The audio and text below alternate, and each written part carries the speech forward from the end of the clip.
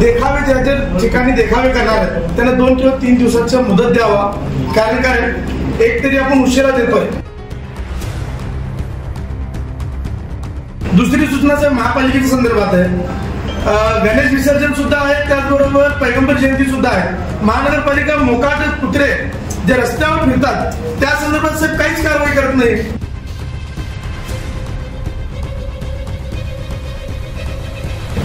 एकतरी 5 तारखेच्या म्हणजे ह्या सर्वांच्या महापालिकेने ते ज्या काही रूटवरचे कुत्रे असतील ते उचलावे, अन्यथा हे महापालिकेत आणून आम्हाला सोडावं लागेल. ह्यात काही साहेब उपस्थित राहिले सर्व अधिकारी वर्ग आणि उपस्थित सर्व बंधू. सर, आज या ठिकाणी आपण अति महत्वाच्या विषयावर बैठक बोलवली आहे आणि यात मला असं वाटतं की ज्या काही म्हणजे महत्वाच्या गोष्टीवर चर्चा करणं गरजेचं, हा काही राजकारणाचा विषय नाही आहे. पण माझं एक 3 सूचना आहेत सर. देखावे ज्या ठिकाणी देखावे करणार आहेत त्यांना 2 किंवा 3 दिवसाचा मुदत द्यावा. कारण काय एक तरी आपण उशिरा देतोय आणि उशिरा दिल्यानंतर उशिरा दिल्यामुळे काय होतं सर माहिती आहे का, हे देखाव्यासाठी हजारो रुपये खर्च करतात आणि हे सर्व लोकांसाठी म्हणजे काय कुठल्याही पर्टिक्युलर समाजासाठी नाहीये सर. हे देखावे अख्ख्या पूर्ण सोलापूरकरांसाठी आहे. तर त्यासाठी माझी सूचना आहे सर, 2 किंवा 3 दिवस त्यांना अवधी देण्यात यावे, जेणेकरून सर कधी द्यायचं लॉ अँड ऑर्डर सिच्युएशन समजून आपण द्या. आम्ही काय तारीख देणार, 5 तारखेचा जुलूस जर पुढे जाणार असेल आणि ह्या सगळ्या गोष्टी होणार तर समुच्चाराने सगळ्या गोष्टी घडल्या पाहिजे अशी माझी सूचना आहे. दुसरी सूचना साहेब महापालिकेच्या संदर्भात आहे. गणेश विसर्जन सुद्धा आहे, त्याचबरोबर पैगंबर जयंती सुद्धा आहे.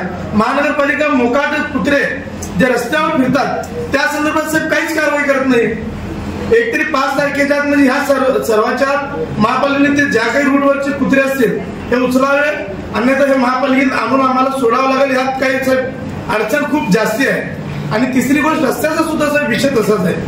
कारण एवढं वारंवार आपण लाखो रुपये खर्च करून रस्ते बनवतो, दुरुस्तीसाठी सुद्धा साहेब त्या ठिकाणी अशाच पद्धतीचे अडचण आहे, ते सुद्धा दूर व्हावे असे आहे. आणि शेवटची साहेब सूचना अशी आहे, कमिटीने सुद्धा आता जसं आमच्या शकीलबाईंनी सांगितलं की आम्ही सुद्धा जाऊन सांगितलं की 7 तारखेला काढतो.